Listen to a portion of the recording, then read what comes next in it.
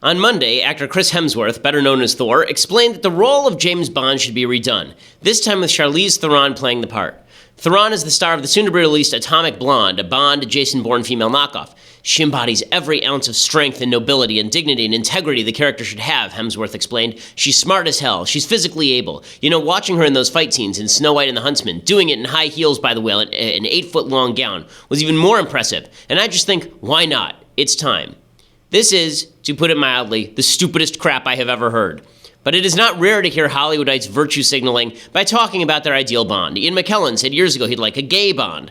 But Bond is Bond. He has a character. He's an ultra-straight womanizer fulfilling teenage boy fantasies. That is the entire point of the character. It just doesn't work the same way with a woman. Bond is a bad boy because he can seduce any woman no matter how unavailable or beautiful. Making Bond a woman changes that calculus utterly, because virtually any mildly attractive woman can do the same with virtually any man. It is not a challenge for Charlize Theron to get a man in bed. As Amy Schumer has said, I'm 160 pounds and I can catch a bleep whenever I want. She is scientifically accurate. As David Schmidt, PhD, writes at Psychology Today, quote, over the last few decades, almost all research studies have found that men are much more eager for casual sex than women are. Oliver and Hyde, 1993, Peterson and Hyde, 2010. This is especially true when it comes to desires for short-term mating with many different sexual partners, and is even more true for wanting to have sex with complete and total strangers. In a classic social experiment from the 1980s, Clark and Hatfield put the idea of sex differences in consenting to sex with strangers to a real-life test. They had experimental Confederates approach college students around various campuses and ask, quote,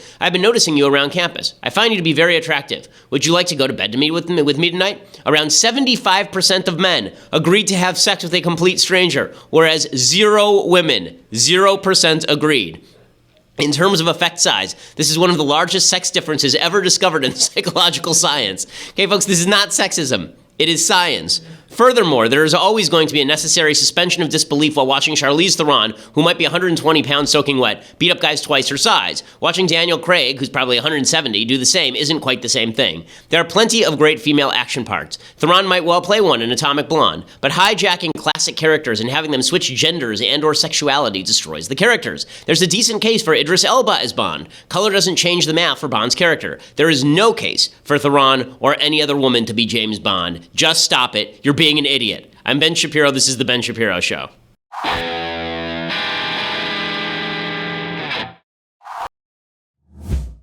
Alrighty, so, I mean, just when you think things can't get any stupider, they get stupider. Really, like, this, it's funny what drives me up a wall. This sort of stuff drives me totally up a wall. Like, the idea that you're just going to turn James Bond into a woman and nothing changes, because men and women are different, stupid people. Stupid leftists. Men and women are totally different. Before we get to all of the breakdown from Trump Care and the fallout and who's to blame and is Trump going to pay a price or is Congress going to pay a price, we'll talk about all of those things.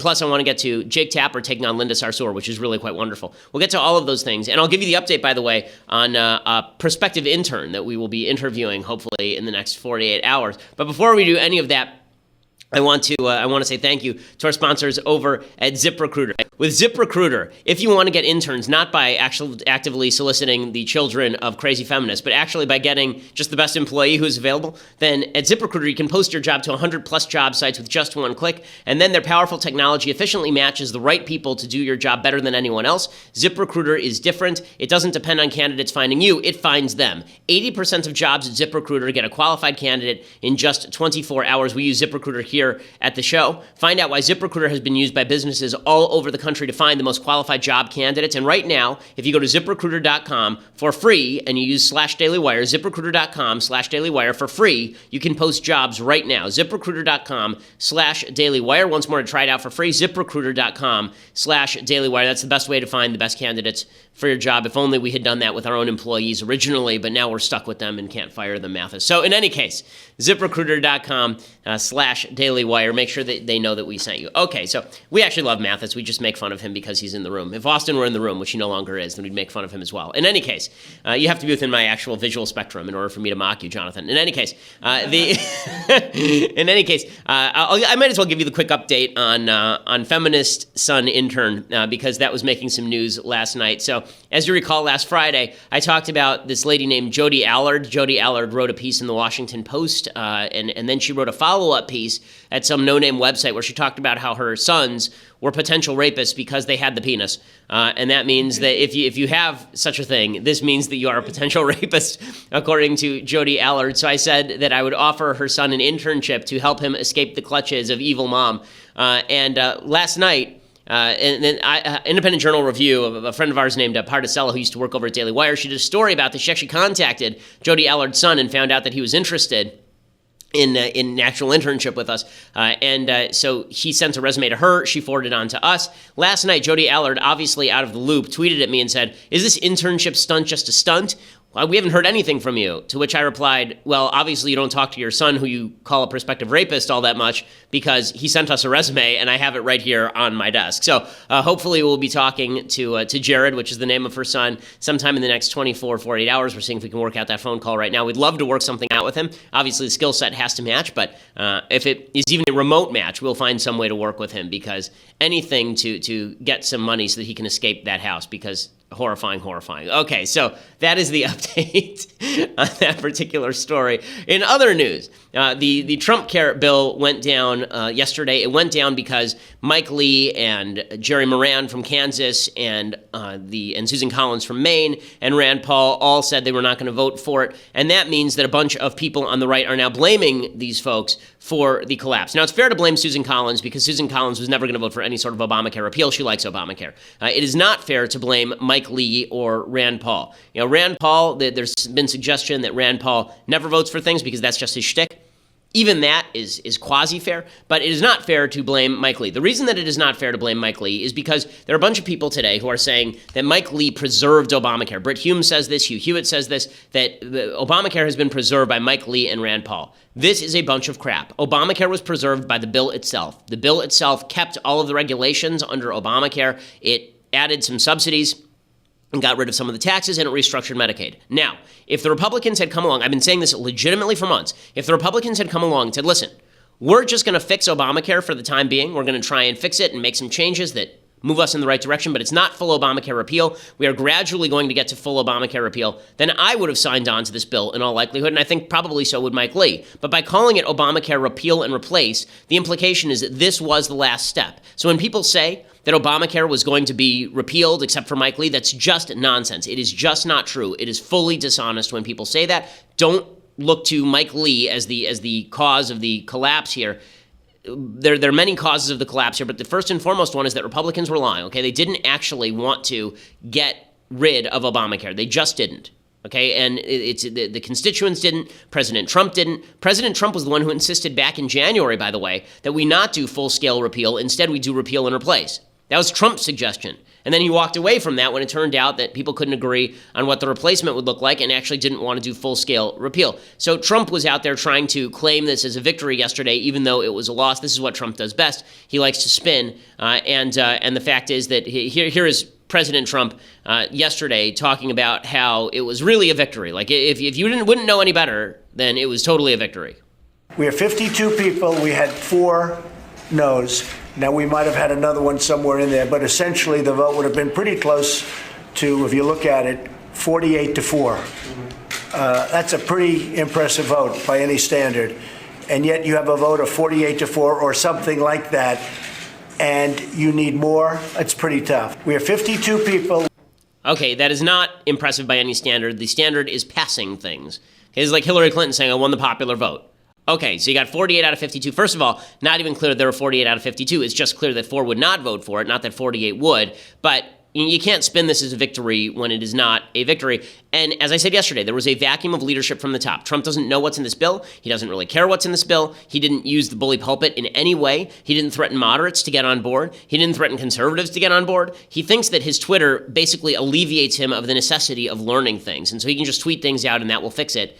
That is not correct. Today, he's supposed to have a bunch of senators to the White House where he's going to talk to them about these things. We'll see if that moves the ball at all. But unless he is actually actively going to use the power that he has to threaten senators who refuse to go along with him, then he's not doing anything. He's not. as I said yesterday, the only power that Trump has over these senators, because his approval rating isn't that high, is that his approval rating among Republicans is still sky high. It's still 82% among Republicans. That means he has the capacity to threaten them with funding cuts. He has the capacity to threaten them with primary challengers. He hasn't done any of those things yet. He's sort of sitting back and letting it happen. And the reason he's sitting back and letting it happen is because he thinks that, and it's an interesting strategy, he thinks that if he just says that he's going to let Obamacare fail, then all will be well. Obamacare will collapse, and then he will be there to pick up the pieces. People will blame Democrats, not Republicans. This was his self-stated strategy. I mean, he said this openly yesterday.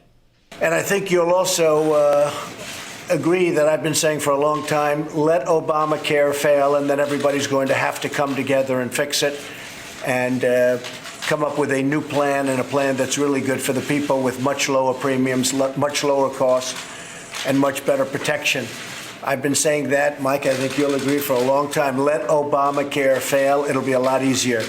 And I think we're probably in that position where we'll just let Obamacare fail. We're not going to own it. I'm not going to own it. I can tell you the Republicans are not going to own it. We'll let Obamacare fail, and then the Democrats are going to come to us and they're going to say, how do we fix it? How do we fix it? Or how do we come up with a new plan? Okay, if this had been his original strategy, then it might have worked. Now, it's kind of funny to watch Mike Pence in these clips because he's awkwardly nodding even though he disagrees. Like yesterday, Mike Pence said we still have to repeal. So he obviously disagrees with President Trump, but hey, that's not his job, right? His job is to sort of be a yes man for Trump. In any case, Trump saying let Obamacare fail, this would be a fine strategy if he had come out of the gate and he had said, listen, Obamacare is failing. We have a problem here. The only way this is getting solved is with a bipartisan solution. So I want to call to the White House Chuck Schumer and Mitch McConnell and Nancy Pelosi and Paul Ryan, and I want to have a series of meetings to set up a framework for a bipartisan fix on Obamacare. And then when things collapse, you say, oh, look at those Democrats. They wouldn't work with us. There was nothing we could do. But that's not what Trump actually did, right? What Trump did is he went to his Republicans and he said, we're going to repeal the whole thing. That didn't happen. Then he said, we're going to repeal and replace the whole thing. That isn't happening. So now it looks like he's just making excuses and blaming Democrats. That's actually what it looks like, okay? Again, there was a way to do this where you didn't actually put your handprint on Obamacare. It's sort of, here's the situation. The sword is in the stone, right? The Obamacare sword is in the stone. That is the status quo. The sword is in the stone. The way to, there are two things you could do about that. You could either look at the Democrats and point at them and say, listen, the sword is in the stone. It shouldn't be in the stone. You're the ones who put it there. And I know and you know that unless we cooperate, we can't get the sword out of the stone. Or you could do what Trump and the Republicans did and say, if you elect us, we will remove the sword from the stone. And then they don't remove the sword from the stone. And then they say, well, the sword's only in the stone because the Democrats put it there anyway. Okay, it doesn't have the same appeal. It doesn't have the same appeal. And it's a bit of a mistake because Democrats are jumping on this to say, okay, well, now he acknowledges that Obamacare is failing. He acknowledges that the healthcare system has problems, and he's not going to fix it. In fact, he's going to make it worse. So if it were Democrats in there, if you elected us, we'd fix the thing, right? We wouldn't get rid of it. We'd fix the thing. This is what Democrats are going to claim. If you had elected us, if you'd made Hillary the president, and you'd put us in Congress, we would have fixed the thing. We would have removed the sword from the stone ourselves.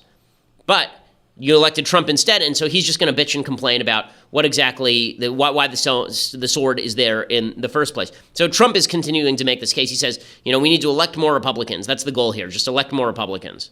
So the way I look at it is in 18, we're going to have to get some more people elected. We have to go out and we have to get more people elected that are Republican.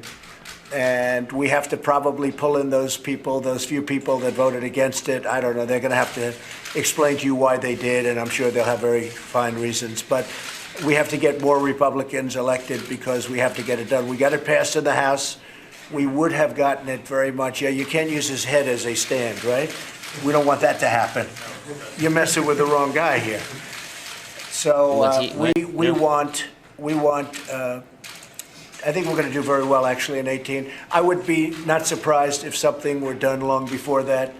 But in any event, because the margin is so small, the majority margin is so small, we're going to have to go out and get more Republicans elected in 18. And I'll be working very hard for that to happen, okay? Okay, so this has been the consistent Republican pitch for years, right? Give us the House, we'll repeal Obamacare. Give us the Senate, we'll repeal Obamacare. Give us the presidency, we'll repeal Obamacare. I don't know how much longer you can run this scam when you run the majority in both houses and you're still not repealing Obamacare and have no intention of passing a full repeal. Mitch McConnell is supposedly going to put the full repeal to a vote on Monday. Now, understand something. Even the full repeal bill, right, the plain, simple repeal bill, doesn't actually repeal Obamacare because the regulations are still included. It gets rid of the subsidies, it gets rid of the taxes, but it doesn't actually get rid of the Obamacare regulations, which are going to require some actual legislation, separate legislation, to get rid of the Obamacare regulations under the reconciliation rules. Do Republicans need more people in the Senate? Yes. And now would be a great time to put more Republicans in the Senate, considering that you've got, I think, 10 Democratic seats in red states that are up in this next election cycle. So if Republicans were to pick up even 4 of those, then they'd have a really solid majority going into the second half of Trump's term. But he is going to need to do a better job of making the case. Again, if you're going to put blame on Democrats, you have to explain why the blame is on Democrats. Yesterday, Sarah Huckabee Sanders, she came out and she said that it was Democrats' fault, that this had all happened. It's hard to make the case it's Democrats' fault when you never reached out to Democrats in the first place. So this was a botch, basically, from the beginning, and I'm not sure that Trump is going to get out of it that easily. Now, is it going to hurt Trump? I don't think it'll hurt Trump. I think it'll hurt Congress. So if you look at the generic congressional ballot right now, generic congressional ballot has Democrats up 10. That is wipeout territory for Republicans. If Democrats are up 10, then Republicans, if that were real, right, Democrats would win, probably back the majority in the House. Unclear what would happen in the Senate because Senate races are different, but they'd be in good shape to win back the majority in the House. There's one poll statistic that's great for Trump in this, which says that the 20% of Republicans who are most enamored of Trump are highly likely to vote, more likely to vote than the 20% of Democrats who really hate Trump. The question is about the lukewarm Republicans, and what do those lukewarm Republicans think about all this? Are they feeling good right now? Are they feeling enthused right now? So I think what you're going to see is President Trump go back to bashing the media, because if legislation is hard, bashing the media is easy. He can do it unilaterally. He can do it by himself. The base loves it. He's going to run against the media in 2018, even if there is nothing else for him to run on. Meanwhile, the Democrats are going to say, listen, Republicans refuse to even make basic fixes. There's talk that Trump is going to remove some of the subsidies for the Obamacare exchanges and exacerbate the death spiral in order to bring Democrats to the table. Democrats are saying, well, that's mean and that's cruel. So their case is going to be, listen, we all know the thing is flawed, but only one party here wants to actually fix it, and it's not the Republicans, who won't even repeal and replace. Right? That's exactly what Bernie Sanders is saying. He's saying Trump wants millions of people to suffer. Well, my response is, last I heard, Trump was the president of the United States, the leader of our country. Republicans control the House and the Senate. And it is beyond comprehension. All I know, it's, we keep saying this about Donald Trump, but it is beyond comprehension that you have a president who basically wants millions of people to suffer, so he thinks that he can win some political points. Okay, the problem is that what Trump is saying runs directly into the teeth of this. Okay, when Trump says, let Obamacare fail, and then Sanders goes out and says, when he says, let Obamacare fail, what he means is he wants millions of people to die.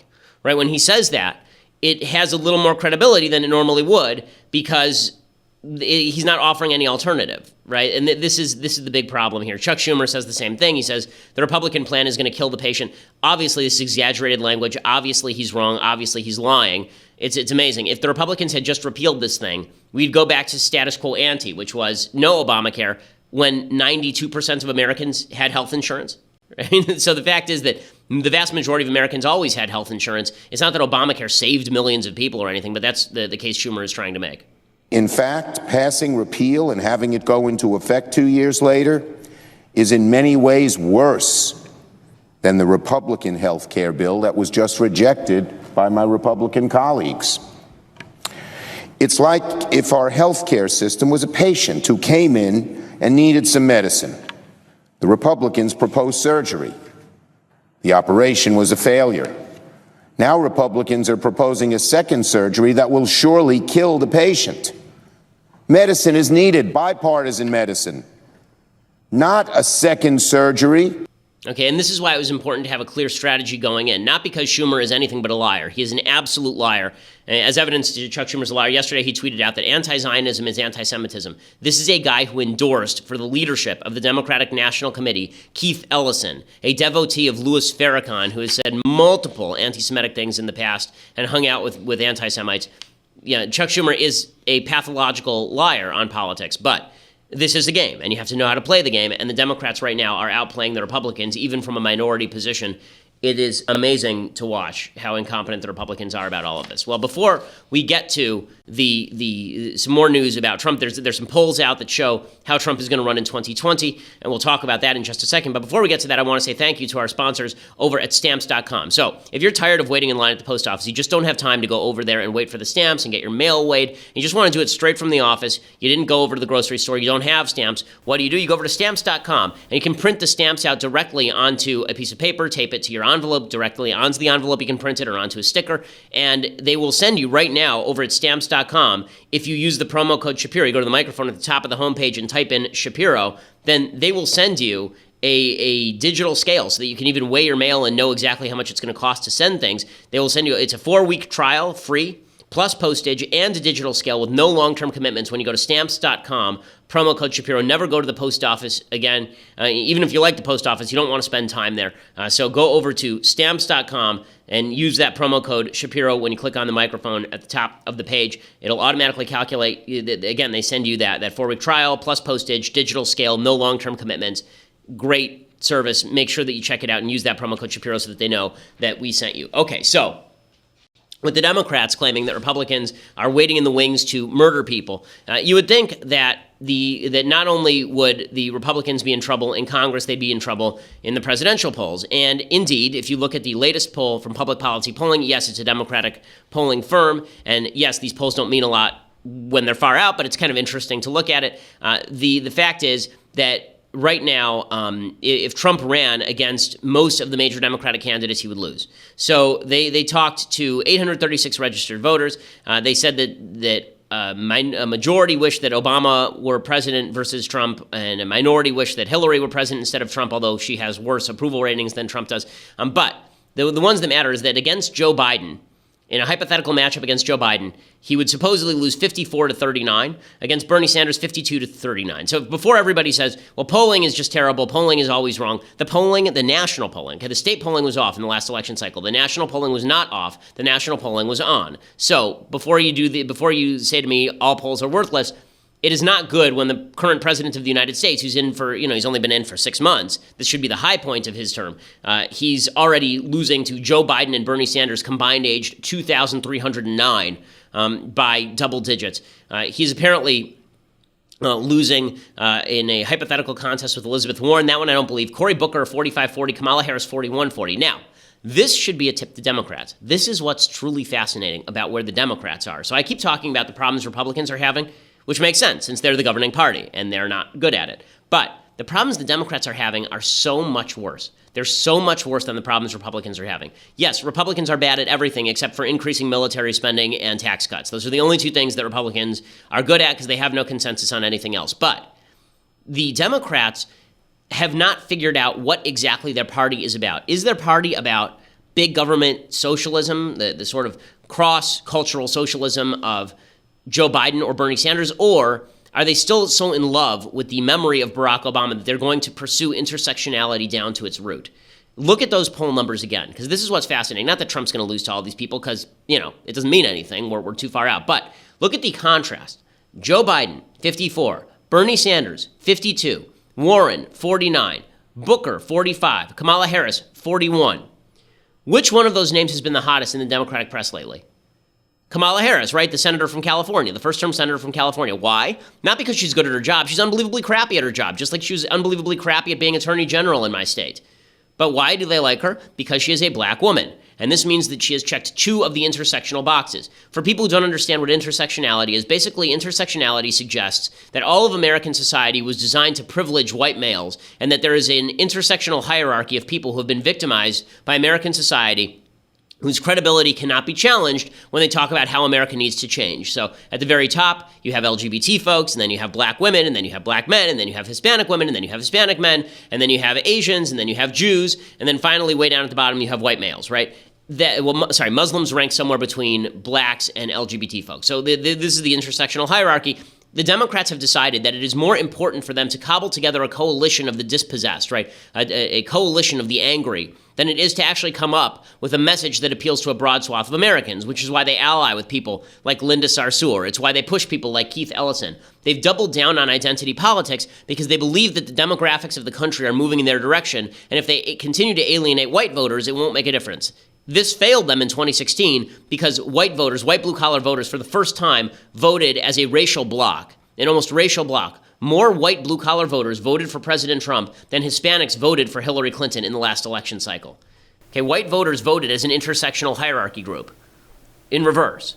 Okay, but Democrats are still doing this. And so when you look at the actual, there should be a hint to Democrats, but they're too stupid to take it. And when you look at the candidates who are most likely to succeed against Trump, it is candidates like Joe Biden, a white male, Bernie Sanders, a white male, Elizabeth Warren, a white woman, and then you go down the list and you get to black man Cory Booker and black woman Kamala Harris. So precisely the opposite of what the intersectional hierarchy would suggest would be a successful strategy is what would work, and that's what Democrats are rejecting.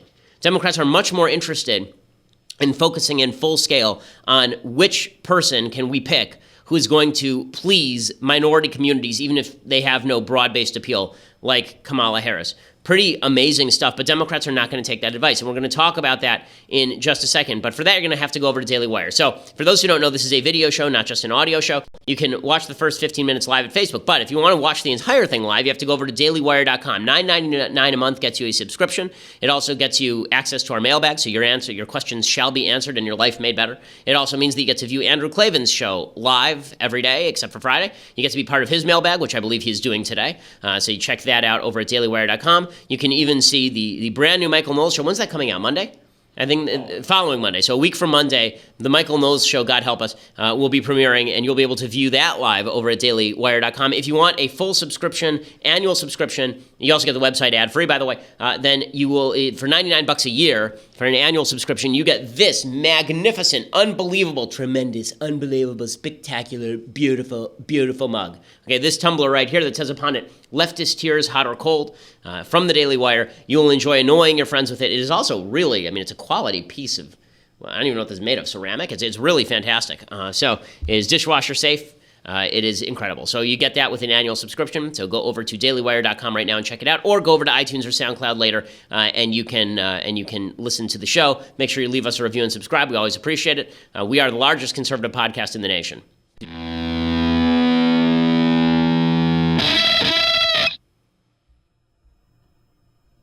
Meanwhile, while all of this is going on, while the Democrats are struggling to come up with an identity, they keep centering around people like Linda Sarsour. Okay, so yesterday I thought this was just amazing.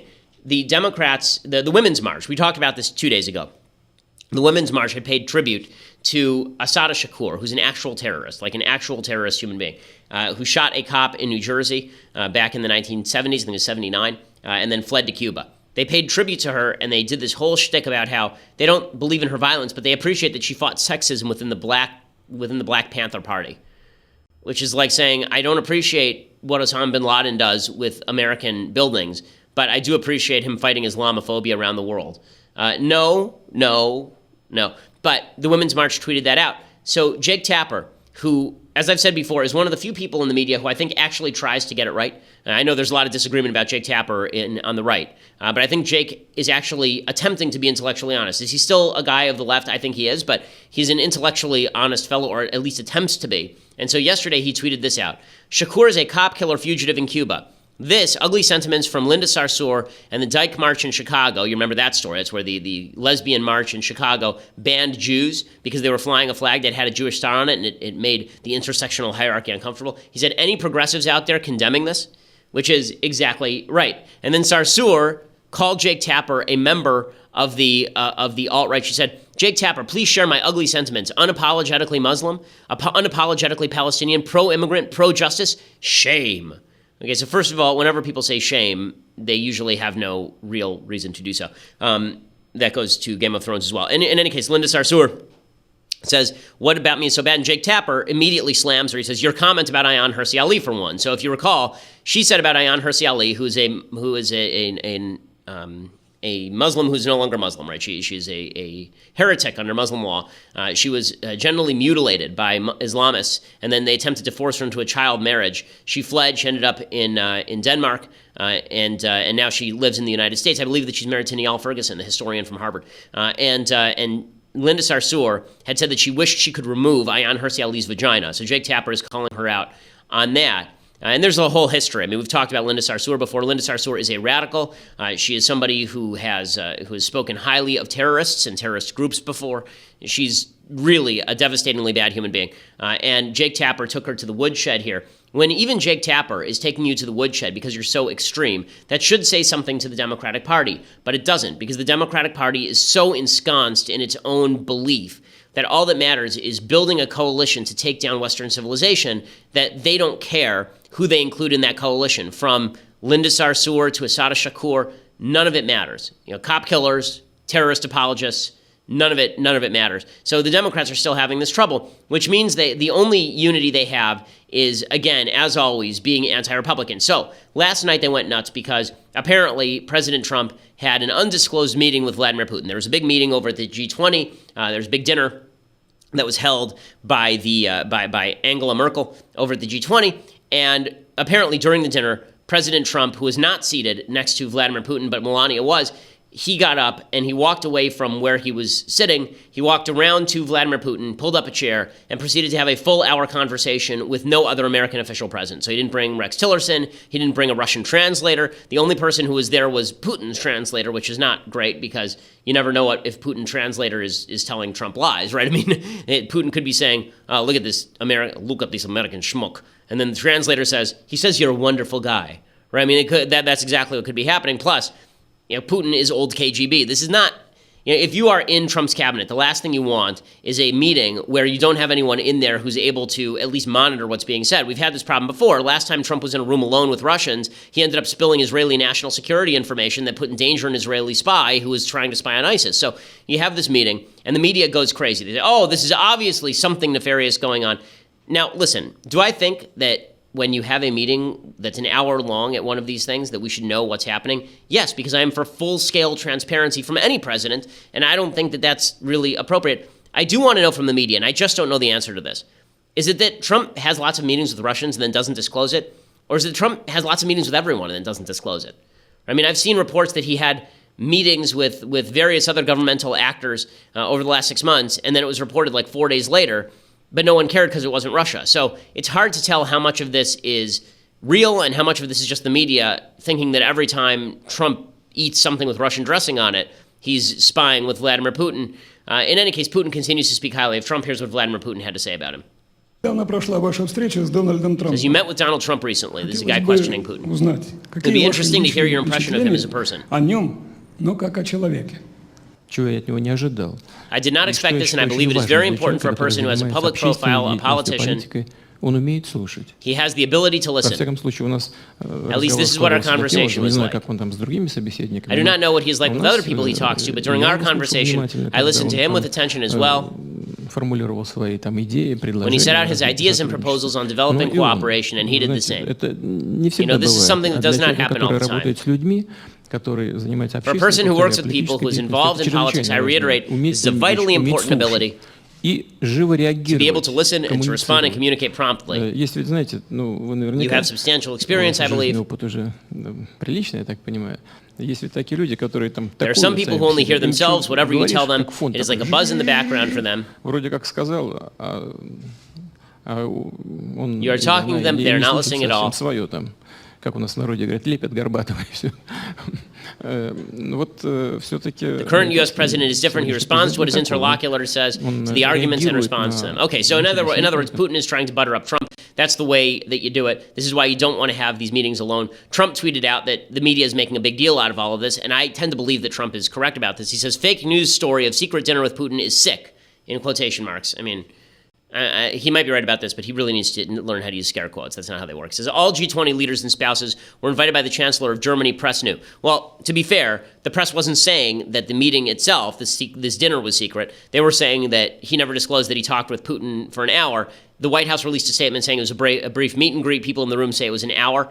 So there's still details to come out. But the media is going to continue jumping all over the Russia thing and playing up every little thing, which means that Trump should be careful here because, if you want to win, then you might want to just be careful about how you conduct yourself. There's no reason to give the other side this much material on a day in, day out basis. So, final conclusion here with regard to Obamacare and where it is going. I don't think that what happened with Obamacare is going to damage Trump. It is very obvious that the Republican press are not interested in going after Trump in any way because the constituency for Republicans is still much more enamored of Trump than with Republican congresspeople. Republican congresspeople are still much more unpopular than Trump, so you're seeing a motivated attempt by the media on the right to guard Trump from the blowback. That means that Trump has the power to push something through. He doesn't have to. I think what's more likely to happen is Trump is likely to continue shilly-shallying around, not really taking a solid position on Obamacare. Nothing gets passed. Republicans get blamed in the Congress. Trump separates himself off, and then he works with Democrats. I think that is the most likely thing, but you never know, right? It's all unpredictable. I do not know that his strategy of let it all fail and then Republicans won't pay for it is going to work, however. Okay, we're going to get to some things I like and some things I hate. But first, I want to say thank you to our sponsors over at Upside.com. So, if you travel for business, Upside.com is the best travel site that you can find. They bundle together your flight and your hotel. They give you all sorts of options if you fly into a different airport, if you go to a different hotel, if you come in at a different time. And they get you the most inexpensive options available on the market. You will save money by bundling those flights and hotel together for one price. And then they also reward you with a gift card to places like Amazon every single time you buy a trip. So you get the benefit, your company gets the benefit of the cheaper flight and hotel, and you get the benefit of the Amazon gift card, which comes directly back to you. It is the real deal. Try Upside.com. When you use promo code BEN, you are guaranteed to get at least a $100 Amazon gift card for your first trip. That is code BEN to get a $100 gift card for free with minimum purchase required. You can see the site for complete details. They are really just fantastic.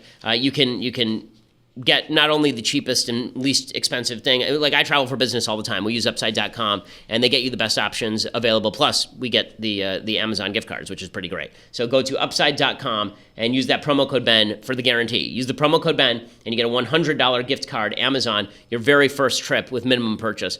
Use that promo code BEN so that they know that we sent you as well. Okay, time for some things I like, and then we'll do some things that I hate. So, things that I like. So Martin Landau died this week, which is really sad. Martin Landau is a really charming actor. For some reason, I always used to get him mixed up with Leonard Nimoy, but they're very different actors. Martin Landau is a much more versatile actor than Leonard Nimoy. He was in a lot of stuff. The thing that I grew up with him in was Mission Impossible. So when I was growing up, my parents used to rent for us old TV shows. They didn't actually let us watch a lot of the current TV because it was too sexualized. So they would go out and they'd rent old episodes of The Waltons. We'd go down to Eddie Brandt's Saturday Matinee, which is the greatest video store in human history. We'd go over there and we would get old, they had like full seasons of The Waltons and Mary Tyler Moore and the Dick Van Dyke Show. So we grew up on all that TV. And one of the shows that I used to watch, they used to also show reruns of it, so I used to get up and watch them, was Mission Impossible, the original Mission Impossible, which is much better than the movies. So a lot of people like the movies. The movies have nothing to do with Mission Impossible, basically. They kept the name, and then they have nothing, like the entire premise of Mission Impossible was all these clever plots. And most Mission Impossible now is Tom Cruise, which is Jack Reacher, which is Top Gun, which is, it's Tom Cruise just being an action star and running around leaping off buildings. That was never the Mission Impossible thing. The Mission Impossible thing was always you have a team that's working and then very little of the jumping off buildings action sequences. It was much more driven by, can they create a plot to prevent something bad from happening.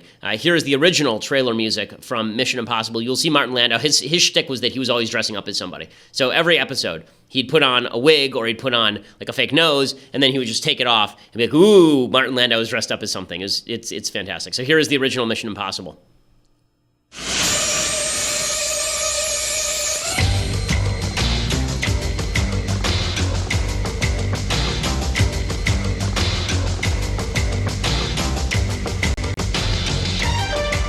There's Martin Landau right there taking off a fake face, right? You saw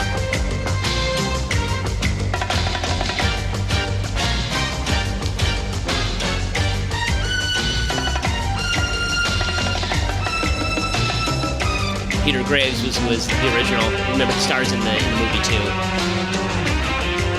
Martin Landau, beautiful Barbara Bain, Greg Morris. It's a great show. So if you can go watch some of the old episodes, it's really, really good. He also had a long career in Hollywood. He did a lot of pretty good movies. He made his first major film appearance, you'll remember, in North by Northwest, who was the right-hand man of James Mason, who is the major criminal in that. He was also in Cleopatra and The Greatest Story Ever Told. And you'll remember that he was also in Rounders, right? So if you've seen Rounders, he's great in Rounders. He's the old law professor who basically tells Matt Damon to pursue his dream of being a loser gambler. So that's he's great in that. He's in his later days, he got less productive, obviously, but he does have a star on the Hollywood Walk of Fame. Very, very good actor, and sad to see him go. Okay, so other things that I like. So this was just hilarious. Yesterday, Chris Christie, the rotund governor of New Jersey, who everyone hates at this point, went to a Mets game. And if you're Chris Christie, probably the worst thing you could do right now is go into a highly public setting. And a ball is hit, and you'll see Chris Christie catch it, and watch what the crowd does. And a souvenir for Chris Christie. Are you kidding me? How about that? You just noticed him. Boy, are you hot, I'll tell you. You just noticed him between innings. Right, so here comes the pop fly. It comes down. He gets a ball. Left-handed catch. And Christie just reaches out and catches it. Actually, a pretty good catch by Chris Christie, right? He just reaches out and he catches it. Nice to see. Doesn't matter. Still gets booed because he's Chris Christie, which is just epic. So you got to love that about the Mets crowd. I am not the biggest fan of New Yorkers as a general matter, but that is pretty spectacular. So well done, New York Mets fans. Kind of love it. Okay, time for a couple of things that I hate.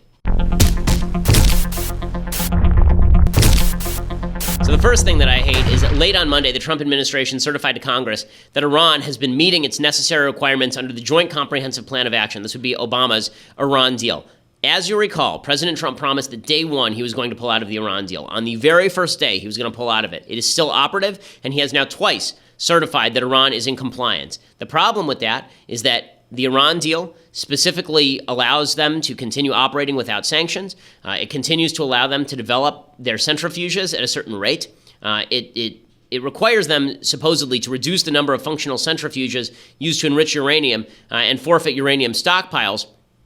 But they say that that Iran is violating the spirit of the agreement, but they're not violating the text of the agreement. And then you have the State Department saying that Iran remains one of the most dangerous threats to U.S. interests. Okay, if that's the case, then just reject the stupid deal. Just reject the stupid deal. And last April, Trump was slamming the Obama deal as disastrous. He said in front of AIPAC that it was catastrophic. Okay, either kill the deal or don't kill the deal. But this routine where you split the baby is getting very irritating. And repeatedly, you get this routine from the Trump administration where they say that they are going to stand by some conservative position, and they don't do it. So the Trump administration just brought in they just issued 15,000 new travel visas for people who are coming into work, for foreigners. They have now announced the Trump administration has also announced, aside from keeping the Iran deal, there are a couple of other things that I'm missing here that they've done in the last couple of days that are not good. The Cuba policy, for example, they said that they were going to reject Obama's Cuba policy. They've kept most of Obama's Cuba policy in place. Again, don't pee on our leg and tell us it's raining. Okay, if you don't actually want to do anything about something, don't promise you're going to do it. Don't make promises you can't fulfill, especially when your entire shtick is politicians are all dirty, politicians are all liars. I'm not one of them. Okay, other things that I hate. Dana Rohrabacher, who's a congressman out here in California. I don't know whether to put this in things I like or things I hate just because it's so absurd. Dana Rohrabacher, who I know, and Dana is a nice guy. I've spoken at one of his events. He has like a drinking beer St. Patty's Day event. And Dana Rohrabacher was questioning someone from NASA yesterday, and this is a thing that actually happened in America in the Congress. The most important thing was if Mars... Can I ask permission for 1 minute for this question? And that is, you have indicated that Mars was totally different thousands of years ago. Is it possible that there was a civilization on Mars thousands of years ago? So the evidence is that Mars was different billions of years ago, not thousands of years ago. Well, yes. And there is no evidence that I'm aware of that. Would you rule that out? See, there's some people. Well, anyway, I would say that is extremely unlikely. So that is the thing that happened. A sitting congressperson in the United States suggested that there was a civilization on Mars thousands of years ago because they'd said that there was changes on the surface of Mars billions of years ago. So good job, Dana Rohrabacher. He's also known affectionately as Putin's congressperson. He's been very, very warm for Vladimir Putin. But this is, I think that you may want to think about qualification if you're worrying about whether or not there was civilization on Mars. If there is, can we send Congress there? In any case, okay, so other things that I hate. So yesterday, Tucker Carlson, who I thought he had a debate with Max Boot, which I refrained from commenting on because I just didn't see the point. I thought it was quite an awful exchange with Max Boot, actually. I thought that Max Boot was largely correct. I thought Tucker was wildly disingenuous in the interview. I think Tucker's really good at his job. I think he's really talented, but I think that he's demagogic in his approach in many of these cases. He laughs off any legit criticism of him. He insults the person that he's talking to as a peremptory measure, and then he starts doing the hysterical laugh at the end of his show if he doesn't want to talk about something. Again, he has such talent. I wish that he would put it to better use than saying that Russia is not in the top 5 threats against the United States in an attempt to kind of mimic Pat Buchananism. Now, moving further and further to the paleo-con right, he had on Max Blumenthal the other night. Max Blumenthal is legitimately one of the scummier people in American politics. I mean, just a pig. Somebody who used to attack Andrew Breitbart regularly, lie about him. Max Blumenthal is a self-hating Jew. He's an ethnic Jew, but he has absolutely nothing to do with Judaism. He wrote a book called Goliath that's been widely panned, in which he repeatedly compares Israel to the Nazis, which is about the most insulting thing that you can do to both Israel and Jews generally. He is a pig, just a disgusting, disgusting radical human being. And Tucker has him on the show. Why does he have Max Blumenthal on the show? Because Max Blumenthal agrees there's nothing to this Trump-Russia stuff. So it's very important that you give a platform to one of the worst people on planet Earth in order so they can talk about it. I thought the Democrats should have responded with a big narrative against permanent war and for economic equality. Instead, they're pushing Russia scandal-mongering nonstop. It's subsumed all of the progressive grassroots movements I believed in, and it's basically buried the left in a militaristic narrative that ambitious figures like Jamie Raskin are advancing. Mark my words, Tucker, when Trump is gone, this narrative, this Russia hysteria, will be repurposed by the political establishment to attack the left and anyone on the left. Bernie Sanders-like politician who steps out of line on the issues of permanent war or corporate free trade, things like that, will be painted as Russia puppets. So this is very dangerous, and people who are progressive, who are falling into it, need to know what the long-term consequences of this cynical narrative are. It seems virtually everyone on the left in Washington, with some exceptions, you're one, I know a couple others, but I know people who I think it was reasonable, I don't agree with them, but who seem to really believe that Vladimir Putin was in control of the last election. Do you think they believe it? I don't know. I think I can't speak for other people. I'm not a mind reader. But there's definitely a political class in Washington that sees Russia scandal-mongering as a silver bullet to take out Trump. And then you have the Democrats who are basically the Democratic establishment. In other words, Tucker is so eager to get somebody who is purportedly of the left, not purportedly, of the hard left, to talk about why the Trump-Russia stuff isn't a thing, that he brings on somebody like Max Blumenthal. This is the same thing as when Sean has on Julian Assange to talk about how Trump-Russia isn't a thing and then touts him as a hero. Okay, the right is making all sorts of new friends. If your allegiance to a particular political figure is forcing you into alignment with people like Max Blumenthal and Julian Assange, and you are now welcoming them as friends and treating them with anything but disdain, let me recommend to you that you've made some mistakes in your life.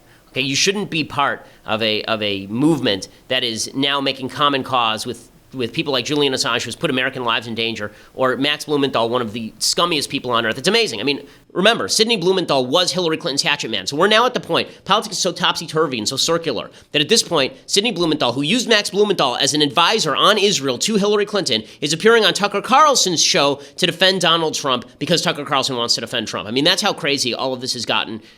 You know, the rules have changed, and there are no rules anymore. It's catch as catch can, but if people with principles should think twice before they start making way for people like Max Blumenthal just because he's saying some things you like. Really, really quite disgusting. Okay, so we'll be back here tomorrow with all of the latest. I'm Ben Shapiro. This is The Ben Shapiro Show.